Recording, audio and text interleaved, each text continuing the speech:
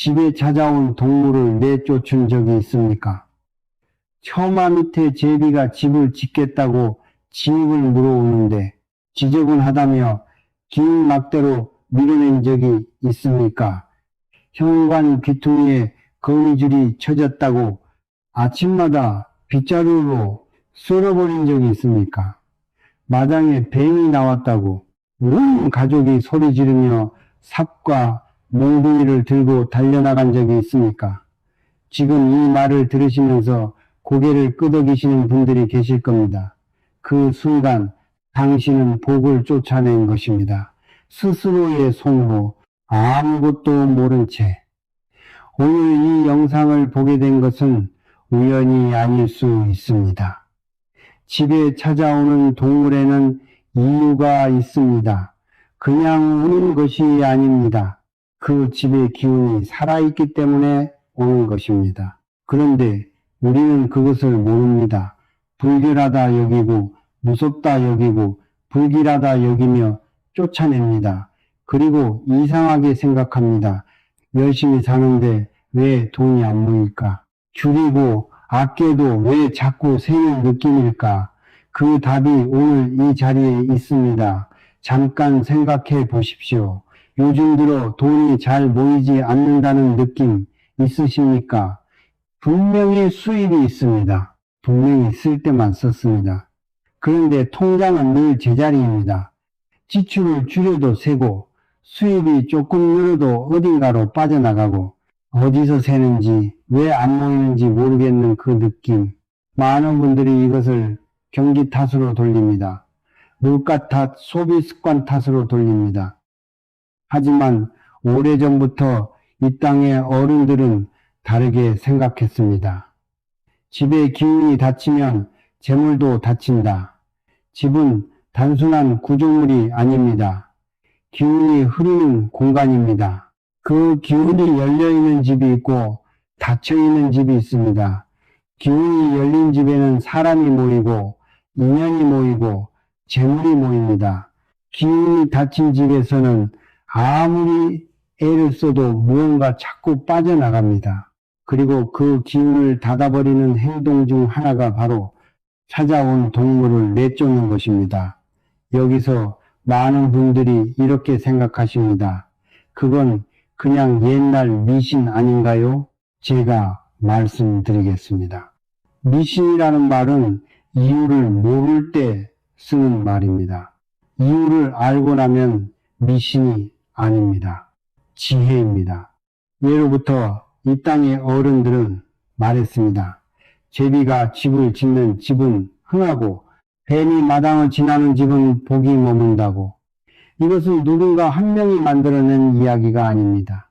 수백 년, 수천 년간 수많은 사람들이 살면서 직접 보고 겪고 확인하며 쌓아온 기록입니다. 풍수 풍세는 바람과 물의 흐름을 읽는 학문입니다.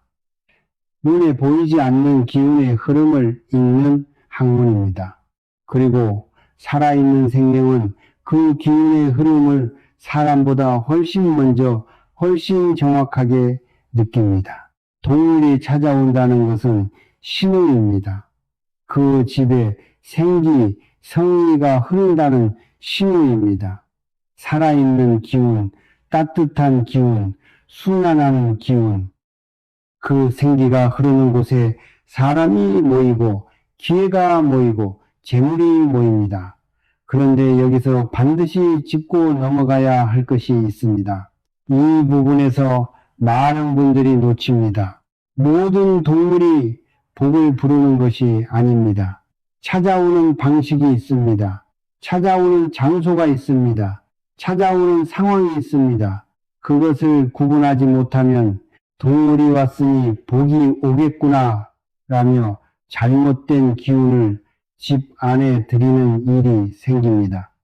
오늘 제가 말씀드릴 7가지 동물은 그 기준이 분명합니다.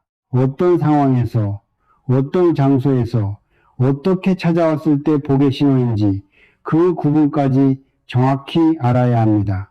알면 맞이할 수 있습니다. 모르면 또 쫓아냅니다.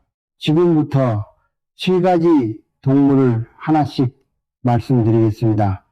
그런데 첫 번째 동물 이름을 듣는 순간 많은 분들이 이렇게 말씀하십니다. 아, 나 그거 바로 어제 치웠는데 지금 이 순간에도 수많은 집에서 그 동물이 쫓겨나고 있습니다. 그리고 그 집에서는 지금도 재물이 새고 있습니다. 첫 번째 동물 지금 바로 말씀드리겠습니다.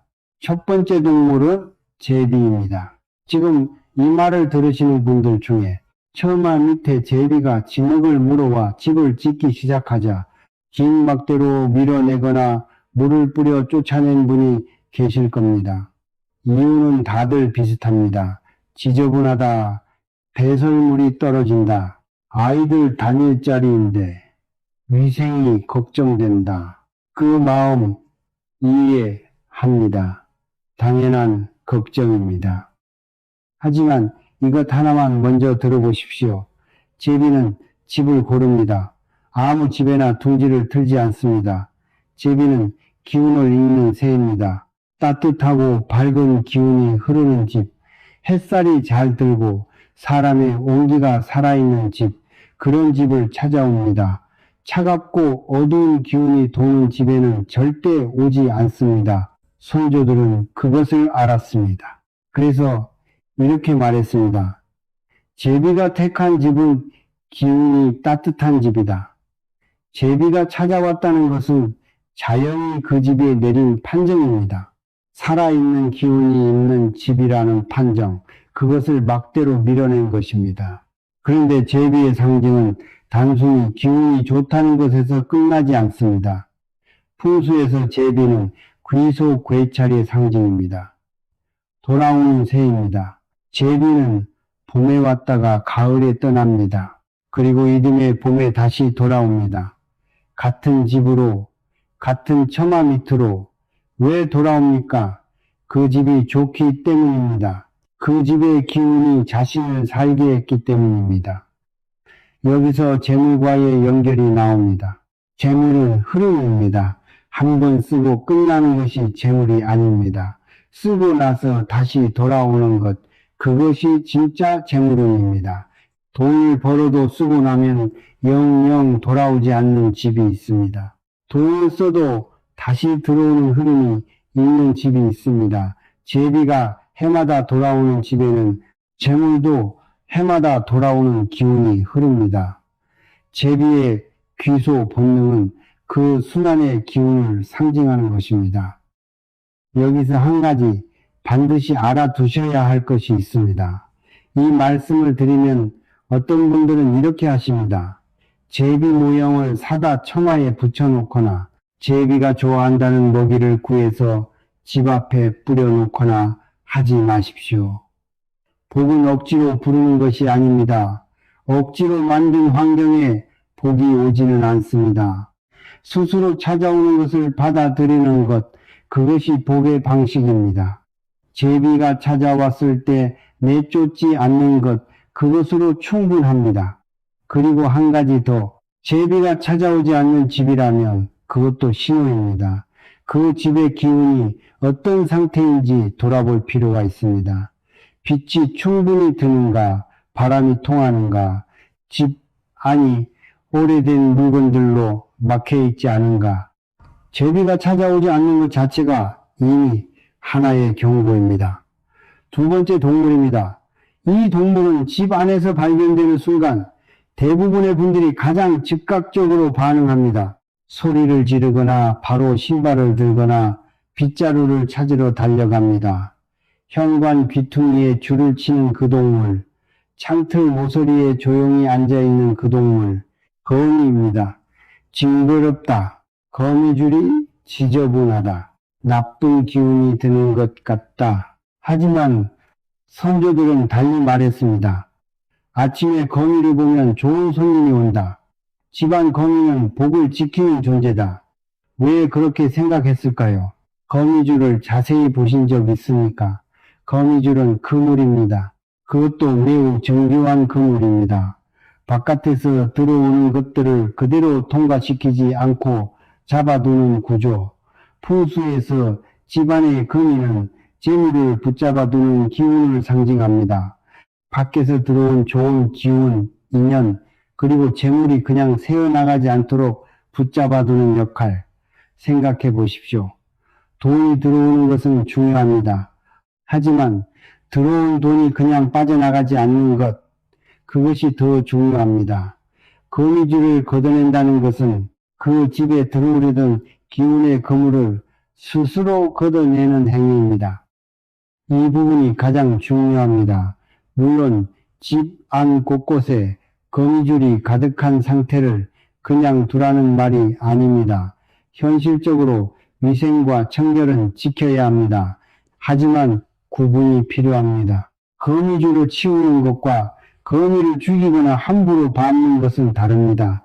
거미줄은 걷어낼 수 있습니다. 하지만 거미 자체를 함부로 다루지 마십시오. 그리고 아침에 거미를 발견했다면 잠시 그 자리에서 멈추어 생각해 보십시오. 오늘 좋은 인연이 찾아오겠구나. 그 마음 하나가 그날의 기운을 바꿉니다. 세 번째 동물은 지금까지 말씀드린 것과는 차원이 다릅니다. 이 동물 이야기를 꺼내면 처음에는 거의 모든 분들이 고개를 젓습니다. 그건 절대 안 됩니다, 스님. 그건 쫓아내야지. 어떻게 그냥 둡니까? 그게 복이라니 말이 됩니까? 하지만 들어보시면 생각이 바뀝니다. 이 동물이 집에 찾아왔다면 그 집은 선택받은 것입니다. 세 번째 동물, 이름을 말씀드리기 전에 먼저 한 가지를 말씀드리겠습니다.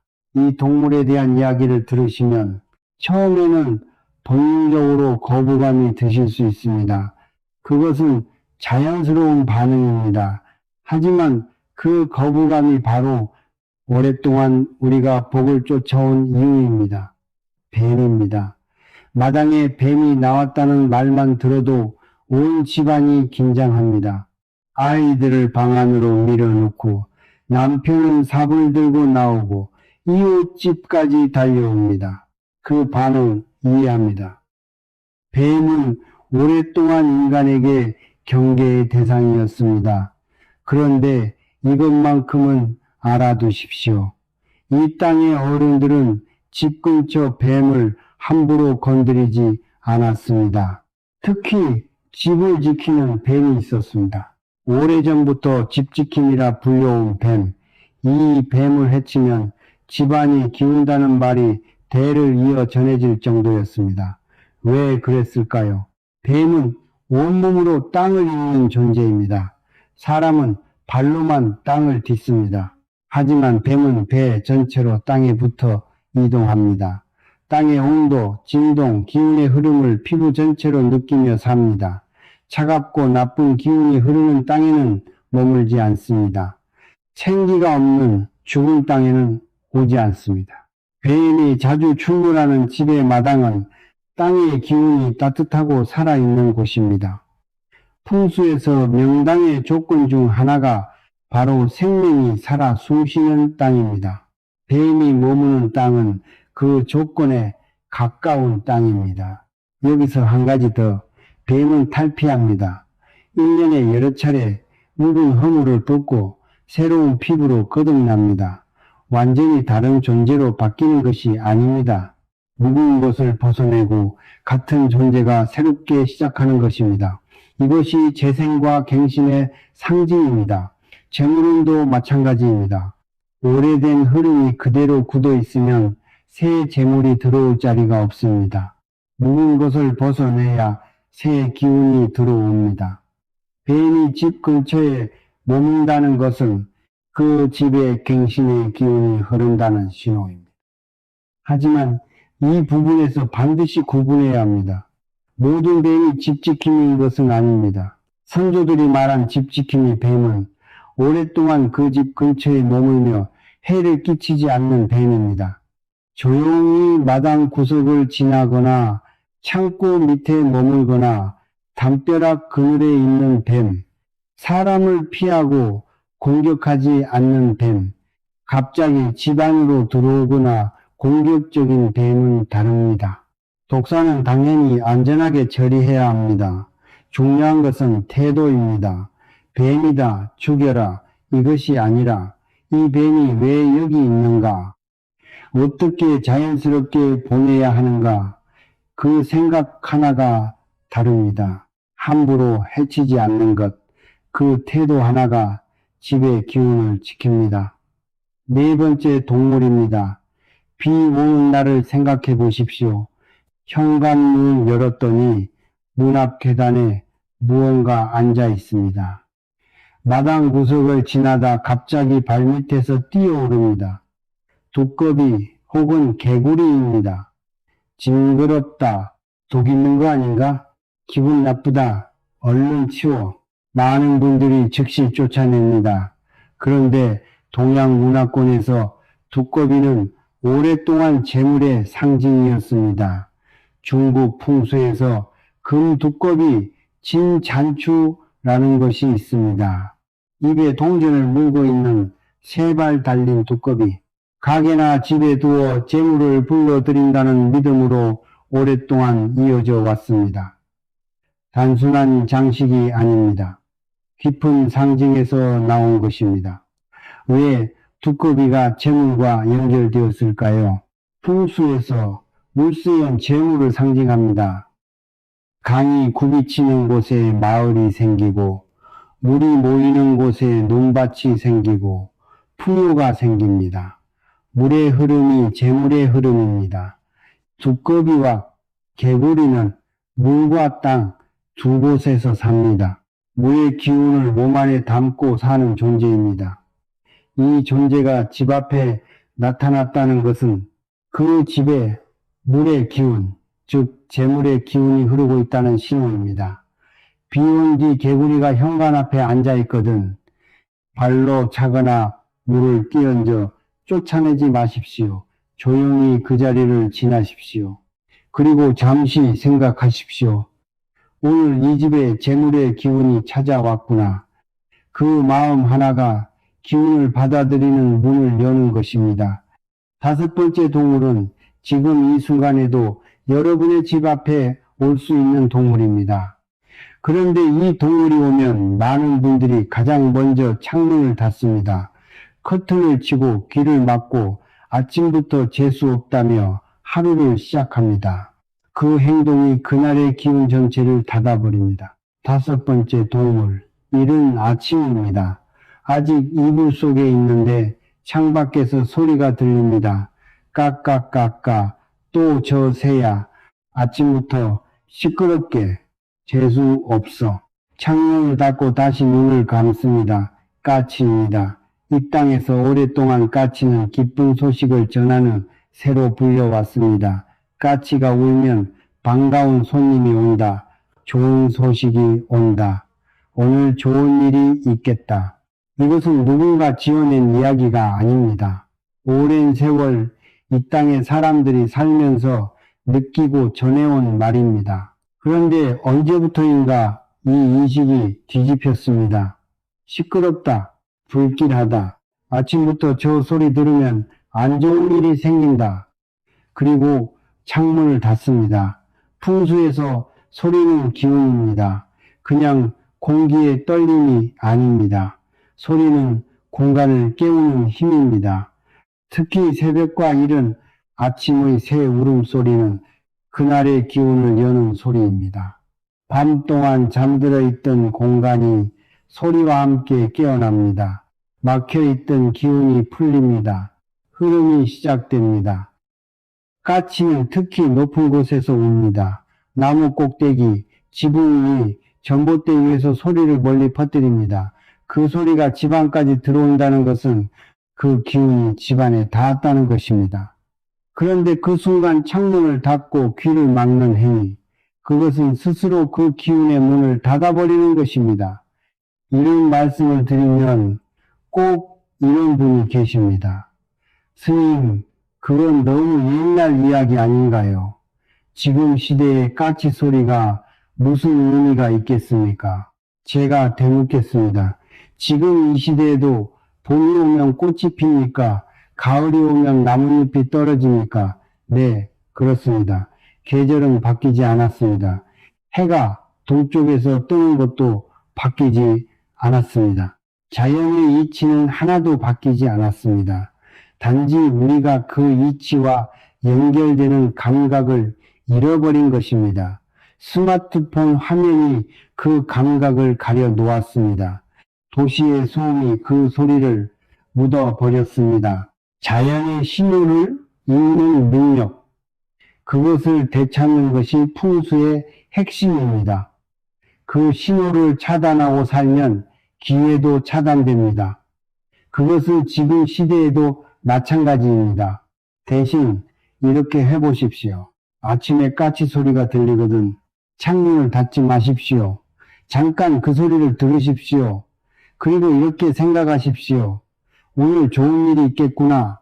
그것으로 충분합니다. 마음의 방향이 바뀌면 하루의 기운이 바뀝니다. 하루의 기운이 쌓이면 인생이 바뀝니다. 아침에 재수 없다며 시작하는 하루와 좋은 일이 있겠다며 시작하는 하루, 그 차이가 1년이 지나면 얼마나 달라질지 생각해 보십시오. 6번째 동물입니다. 밤입니다. 현관문 바깥에서 소리가 납니다. 야옹. 문을 열어보면 고양이 한 마리가 앉아서 당신을 바라보고 있습니다. 쫓아버려. 고양이 울음소리는 귀신 소리다. 재수없다. 문을 가져와 뿌립니다. 발을 굴려 겁을 줍니다. 고양이가 달아납니다. 문을 닫습니다. 고양이에 대한 인식은 문화권마다 다릅니다. 이 땅에서 고양이는 오랫동안 불길한 동물로 여겨졌습니다. 반면 일본에서는 정반대입니다. 마네키네코 절키모 아시십니까? 가게 앞에 앉아서 한쪽 앞발을 들어올리고 있는 그 고양이 조각상 손님을 부르고 복을 부르고 재물을 불러들인다는 믿음으로 수백 년 동안 이어져 왔습니다. 단순한 장식이 아닙니다. 고양이에 대한 깊은 관찰에서 나온 것입니다. 고양이는 기운에 매우 민감한 동물입니다. 사람이 느끼지 못하는 미세한 변화를 먼저 감지합니다. 온도의 변화, 공기의 흐름, 공간의 분위기, 나쁜 기운이 강한 공간에는 오래 머물지 않습니다. 불편한 공간에서는 계속 불안해하거나 빠르게 자리를 피합니다. 반대로 기운이 안정된 공간, 따뜻한 기운이 흐르는 공간에는 자리를 잡고 눕습니다. 그 공간이 편하기 때문입니다. 길고양이가 집 앞을 자꾸 찾아온다면 생각해 보십시오. 이 고양이가 왜 다른 집이 아니라 우리 집 앞에 계속 오는 것일까? 그것은 그 집의 기운이 따뜻하다는 신호입니다. 물론 모든 것이 현실 속에서 이루어집니다. 길고양이를 전부 집 안으로 들이라는 것이 아닙니다. 위생적인 고려는 당연히 해야 합니다. 하지만 물을 뿌리거나 발을 굴러 겁을 주거나 발로 차는 행위만큼은 하지 마십시오. 찾아온 따뜻한 기운을 스스로 차단하는 행동입니다. 그 고양이가 어디서 왔든 잠시 그 자리에 머물다 스스로 가도록 내버려 두십시오. 이제 마지막 7번째 동물입니다. 이 동물을 복의 상징이라 말하면 대부분의 분들이 처음에는 웃습니다. 설마요 스님, 그건 좀 아니지 않습니까? 그게 어떻게 복입니까? 가장 뜻밖의 동물입니다. 지금 이 순간에도 수많은 집의 마당에서 화분에서 쫓겨나고 있는 그 존재, 복의 상징으로 생각해 본 분은 거의 없을 겁니다. 7번째 동물, 비가 오고 난 다음 날입니다. 마당을 쓸다가 흙 속에서 무언가가 꿈틀거립니다. 지저분해. 왜 이런 게 나와? 빨리 치워. 발로 밟거나 삽으로 퍼내어 담장 밖으로 던져버립니다. 지렁이입니다. 이 동물을 복의 상징이라 말하면 웃으시는 분들이 계십니다. 당연합니다. 지렁이가 복이라는 말을 들어본 적이 없으니까요. 하지만 이 말씀만큼은 들어보십시오. 지렁이가 사는 땅은 살아있는 땅입니다. 풍수에서 명당의 가장 기본 조건은 살아있는 땅입니다. 좋은 기운은 살아있는 곳에 모입니다. 죽어있는 땅, 오염된 땅, 기운이 끊어진 땅에는 복이 머물지 않습니다. 지렁이는 죽은 땅에서 살지 못합니다.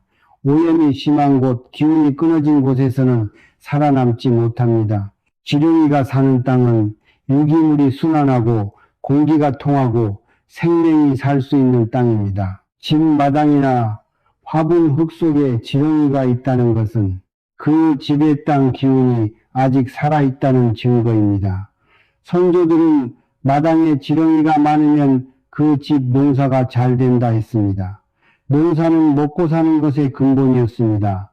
즉 재물의 근본이었습니다. 지렁이가 있는 땅은 재물이 자라는 땅입니다.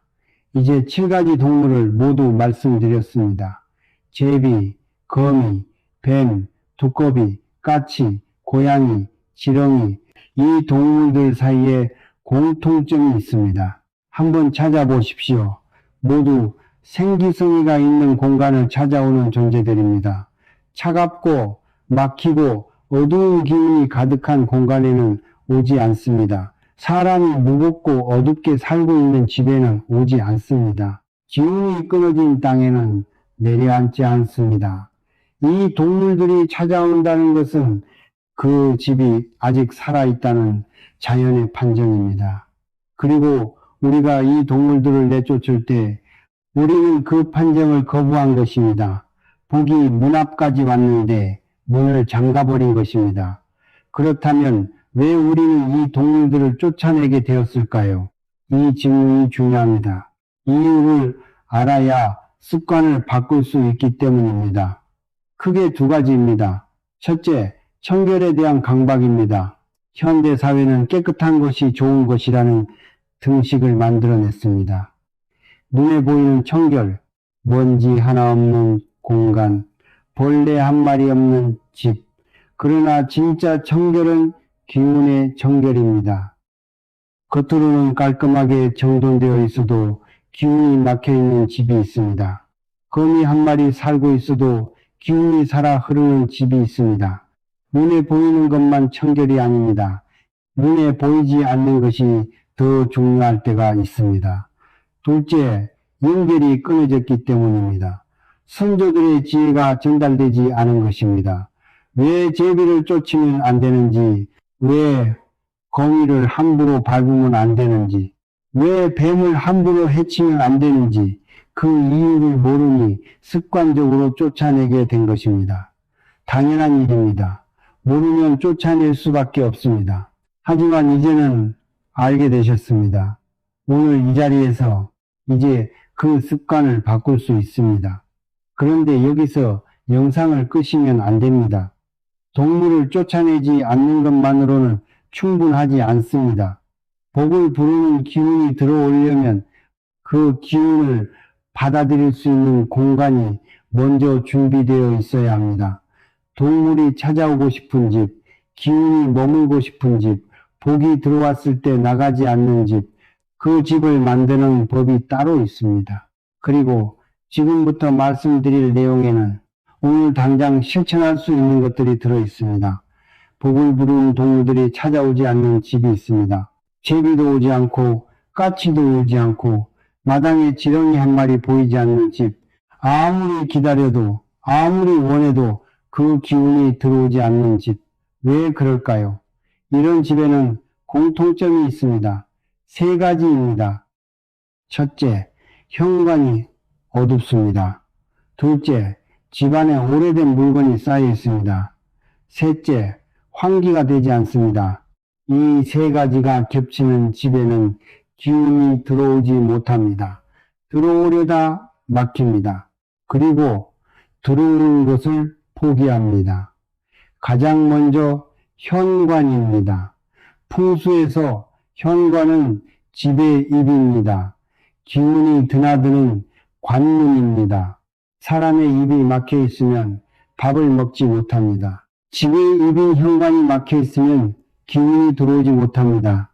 지금 당장 떠올려 보십시오. 여러분의 현관이 어떤 상태입니까? 신발이 뒤집어져 있지는 않습니까? 뒤집어진 신발은 기운을 거꾸로 내보내는 형상입니다.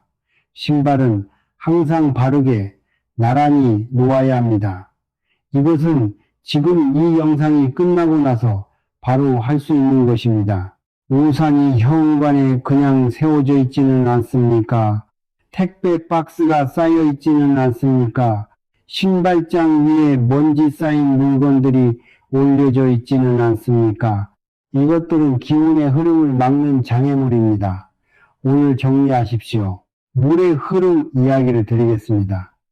이 부분이 많은 분들이 모르고 지나치는 부분입니다.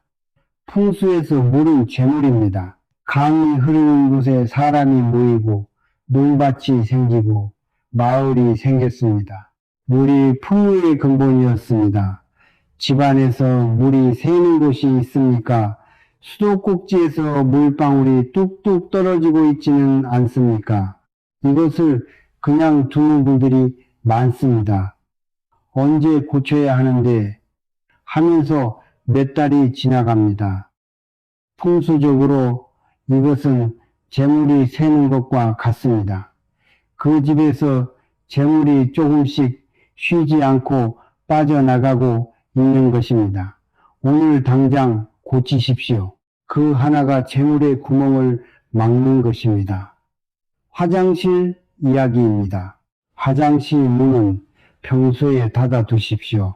화장실은 집 안에서 물이 가장 많이 드나드는 공간입니다. 그런데 그 물이 내려가는 곳이기도 합니다. 풍수적으로 화장실은 재물이 빠져나가는 방향을 상징합니다. 문을 열어두면 그 기운이 집 전체로 퍼집니다. 변기 뚜껑을 닫는 습관도 들이십시오. 작은 행동입니다. 하지만 이 작은 행동 하나가 기운의 방향을 바꿉니다. 이번에는 창문 이야기입니다. 하루에 한 번 모든 창문을 여십시오. 많은 분들이 에어컨이나 난방 때문에 계절 내내 창문을 닫고 삽니다. 공기는 순환하는 것 같지만 같은 공기가 계속 돌고 있는 것입니다. 기운도 마찬가지입니다. 묵은 기운이 집안에 가득 차 있는 상태에서는 새 기운이 들어올 자리가 없습니다. 하루 10분이면 충분합니다. 아침에 일어나서 모든 창문을 여십시오. 묵은 공기를 내보내고 새 공기를 들이십시오. 이것이 묵은 기운을 내보내고 새 기운을 받아들이는 행위입니다.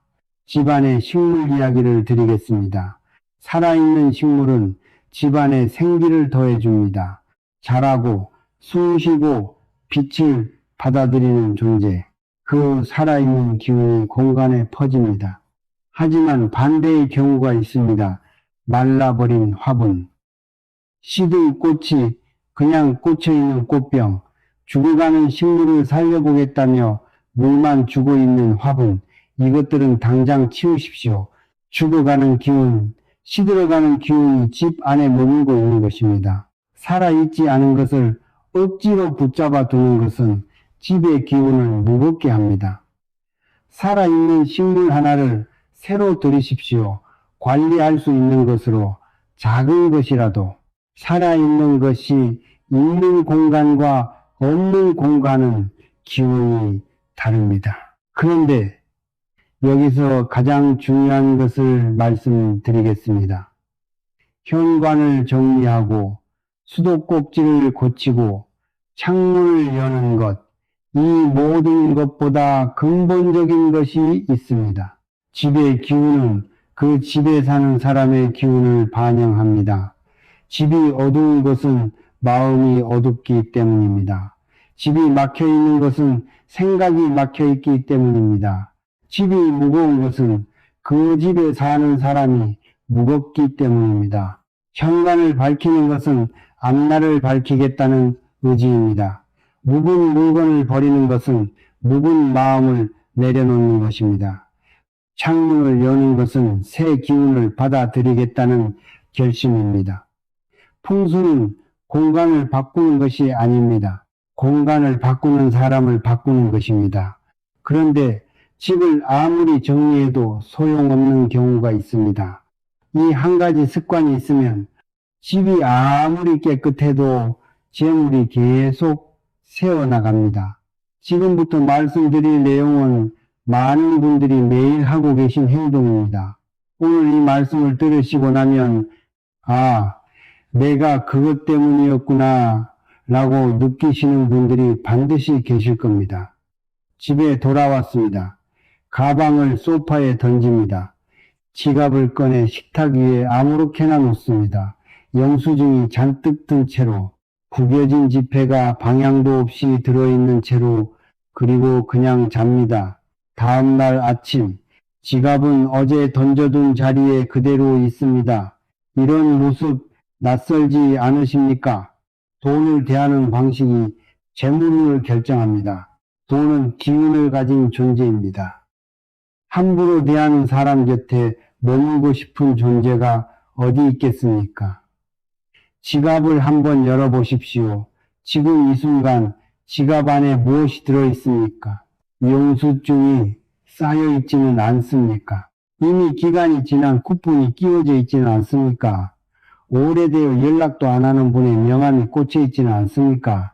쓸 수 없는 카드, 유효기간 지난 카드가 그냥 있지는 않습니까? 그리고 지폐, 방향이 다 제각각이지는 않습니까? 구겨지고 접혀서 밀어넣은 지폐들, 지갑 안이 복잡할수록 재물의 기운도 복잡해집니다. 복잡한 곳에 머물고 싶은 것은 없습니다. 재물도 마찬가지입니다. 오늘부터 이렇게 하십시오. 영수증은 매일 꺼내십시오. 하루가 끝나면 그날의 영수증을 꺼내는 것으로 하루를 마무리하십시오. 지폐는 방향을 맞추십시오. 같은 방향으로 큰 금액부터 순서대로 정렬하십시오. 이것은 거창한 것이 아닙니다. 돈에 대한 예의입니다. 그리고 지갑을 바닥에 놓지 마십시오. 지갑을 바닥에 두는 것은 재물을 바닥에 두는 것입니다. 높은 곳에 정해진 자리에 놓으십시오. 오늘부터 지갑이 머무는 자리를 하나 정하십시오. 이번에는 말 이야기입니다. 재물운을 가장 빠르게 가장 확실하게 차단하는 것이 있습니다. 바로 입에서 나오는 말입니다. 돈이 없어 항상 빠듯해. 우리 집은 원래 그래. 난 원래 복이 없어. 이 말들을 입에 달고 사는 분들이 있습니다. 말은 기운입니다. 말은 선언입니다. 입 밖으로 나온 말은 공간에 퍼지고 그 공간의 기운을 만듭니다. 돈이 없어를 반복하는 사람의 뇌는 그 말을 현실로 만들기 위해 작동합니다. 기회가 있어도 보이지 않게 됩니다. 방법이 있어도 떠오르지 않습니다. 포기가 점점 빨라집니다. 말을 바꾸십시오. 지금은 조금 부족하지만 점점 나아지고 있다. 이것이면 충분합니다. 거창한 긍정의 말이 필요한 것이 아닙니다. 방향만 바꾸면 됩니다. 닫히는 방향에서 열리는 방향으로, 끊어지는 방향에서 이어지는 방향으로. 그 방향의 차이가 하루하루 쌓이면 1년 후의 기운이 달라집니다. 잠자리 이야기입니다. 잠은 단순한 휴식이 아닙니다. 기운을 충전하는 시간입니다. 8시간 동안 어떤 기운 속에 있었느냐가 다음 날을 결정합니다. 머리를 두는 방향을 확인해 보십시오. 풍수에서 북쪽으로 머리를 두는 것은 피하라 합니다. 북쪽은 응의 기운이 강한 방향입니다. 숙면을 방해하고 기운을 소진시킬 수 있습니다. 어느 방향이 가장 안정감이 느껴지는지 직접 며칠 시도해 보십시오. 몸이 먼저 압니다. 잠을 자고 일어났을 때 개운하고 가볍다면 그 방향이 맞는 것입니다. 그리고 침대 밑을 확인하십시오. 짐을 밀어 넣어두지는 않으셨습니까? 쓰지 않는 물건들을 눌러 넣어두지는 않으셨습니까? 침대 밑이 막혀 있으면 기운의 흐름이 막힙니다. 자는 동안 그 막힌 기운 속에 있는 것입니다. 오늘 침대 밑을 비워두십시오. 마지막으로 아침 이야기입니다. 하루의 기운은 일어나는 순간 결정됩니다. 정확히는 눈을 뜨고 처음 무엇을 하느냐가 그날을 결정합니다. 일어나자마자 스마트폰을 봅니까? 뉴스를 봅니다. 나쁜 소식들, SNS를 봅니다. 남의 좋은 모습들, 알림을 확인합니다. 처리해야 할 것들, 그것이 하루의 첫 기운입니다. 불안, 비교, 부담, 이것으로 하루를 시작하는 것입니다. 대신 이렇게 해보십시오. 눈을 뜨면 스마트폰보다 먼저 창문을 여십시오. 아침 공기를 한 모금 마시십시오. 그리고 오늘 감사한 것 하나를 생각하십시오. 거창할 필요 없습니다.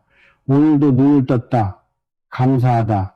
이 한 문장이면 충분합니다. 이것이 하루의 기운을 여는 방법입니다. 이것이 그날의 기운을 열린 방향으로 시작하는 것입니다. 지금까지 말씀드린 모든 것, 동물, 지배 공간, 생활 습관, 이 모든 것에는 하나의 공통된 원리가 있습니다. 마지막으로 그 핵심을 말씀드리겠습니다. 이것을 이해하시면 오늘 배운 모든 것이 하나로 연결됩니다. 오늘 제가 말씀드린 것들을 잠시 돌아보십시오. 7가지 동물, 지배 기운, 생활 습관, 서로 다른 이야기처럼 들리셨을 수도 있습니다. 하지만 이 모든 것을 관통하는 하나의 원리가 있습니다. 생기성해입니다. 살아있는 기운, 흐르는 기운, 순환하는 기운, 이 세 가지입니다. 복은 죽어있는 곳에 오지 않습니다. 막혀있는 곳에 오지 않습니다. 거부하는 곳에 오지 않습니다. 복은 살아있는 곳을 찾아옵니다. 동물이 찾아오고 빛이 들어오고 바람이 통하고 사람이 오는 곳, 그런 곳에 복이 머뭅니다. 이것이 전부입니다. 어렵지 않습니다. 그런데 왜 많은 분들이 복을 받지 못하는가? 살아있는 것을 쫓아내기 때문입니다. 흐르는 것을 막기 때문입니다. 들어오는 것을 거부하기 때문입니다. 제비를 쫓아냈습니다. 살아있는 기운을 쫓아낸 것입니다. 거미를 밟았습니다. 재물을 붙잡아 두는 그물을 걷어낸 것입니다. 까치 소리에 창문을 닫았습니다. 하루의 기운을 열지 않은 것입니다. 지갑을 바닥에 던졌습니다. 재물에게 바닥에 자리를 내어준 것입니다. 아침마다 돈이 없다고 말했습니다. 스스로 그 현실을 선언한 것입니다. 이 모든 것이 연결되어 있습니다. 오늘 당장 할 수 있는 것들을 정리해 드리겠습니다. 하나, 현관을 밝히고 정리하십시오. 뒤집어진 신발을 바로잡고 쌓인 물건을 치우십시오. 둘, 지갑을 정리하십시오. 영수증을 꺼내고 지폐 방향을 맞추고 정해진 자리에 놓으십시오. 셋, 창문을 여십시오. 아침에 10분간 모든 창문을 열어 묵은 기운을 내보내십시오. 넷, 집에 찾아오는 동물을 함부로 내쫓지 마십시오. 그 동물이 찾아온 이유가 있습니다. 다섯, 말을 바꾸십시오. 없다에서 나아지고 있다로 이 5가지 지금 당장 시작할 수 있습니다. 크고 거창한 변화가 아닙니다. 하지만 이것들이 쌓이면 집의 기운이 달라집니다. 집의 기운이 달라지면 그 집에 사는 사람이 달라집니다. 그 사람이 달라지면 인생이 달라집니다. 많은 분들이 복을 기다립니다. 하늘에서 떨어지기를 기다립니다. 누군가 가져다 주기를 기다립니다. 어느 날 갑자기 찾아오기를 기다립니다. 하지만 복은 기다리는 것이 아닙니다. 복은 준비하는 것입니다. 농부가 씨앗을 심기 전에 무엇을 합니까? 땅을 고릅니다. 돌을 골라내고 흙을 뒤집고 물이 흐를 수 있도록 밭고랑을 만듭니다. 그렇게 준비된 땅에 씨앗을 심어야 싹이 납니다. 집을 정리하는 것은 땅을 고르는 것입니다. 기운을 열어두는 것은 씨앗을 심는 것입니다. 동물을 내쫓지 않는 것은 자연과 연결되는 것입니다. 말을 바꾸는 것은 물을 주는 것입니다. 오늘 이 영상이 여러분의 복 준비가 시작되는 날이 되기를 바랍니다. 제가 오랜 세월 많은 분들을 만나봤습니다. 살면서 한 번도 재물에 어려움이 없었다는 분은 거의 없었습니다. 모두가 어느 시점에는 막히고 새고 힘든 시절을 겪었습니다. 그 힘든 시절을 지나 풍요로워진 분들에게는 공통점이 있었습니다. 그분들은 받아들이는 사람들이었습니다. 찾아오는 것을 거부하지 않았습니다. 들어오는 기운을 막지 않았습니다. 변화를 두려워하지 않고 받아들였습니다. 그리고 한 가지를 더 가지고 계셨습니다. 감사함이었습니다. 지금 가진 것에 감사할 줄 아는 사람, 작은 것에 감사할 줄 아는 사람, 그런 사람 곁에 복이 머뭅니다. 복은 감사하는 사람을 떠나지 않습니다. 오늘 이 말씀을 들으신 여러분께 한 가지만 부탁드리겠습니다. 오늘 집에 돌아가시면 현관문을 열기 전에 잠깐 멈춰 서십시오. 그리고 조용히 생각하십시오. 나는 오늘부터 찾아오는 복을 거부하지 않겠다. 들어오는 기운을 막지 않겠다. 작은 것 하나라도 오늘부터 바꾸겠다. 그 결심 하나가 시작입니다. 거창한 것이 필요하지 않습니다. 그 결심 하나가 집 기운을 바꾸는 첫 걸음입니다. 복은 멀리 있지 않습니다. 지금 이 순간 이미 여러분의 문 앞까지 와 있습니다. 이제 문을 여십시오. 오늘 긴 시간 함께 해주셔서 감사합니다. 이 말씀이 여러분의 삶의 작은 씨앗 하나가 되기를 바랍니다. 다음 영상에서는 재물을 막는 집안의 숨겨진 공간들에 대해 말씀드리겠습니다. 오늘 아무리 잘 정리해도 이 공간이 막혀 있으면 소용없습니다. 많은 분들이 전혀 생각지 못하는 그 공간.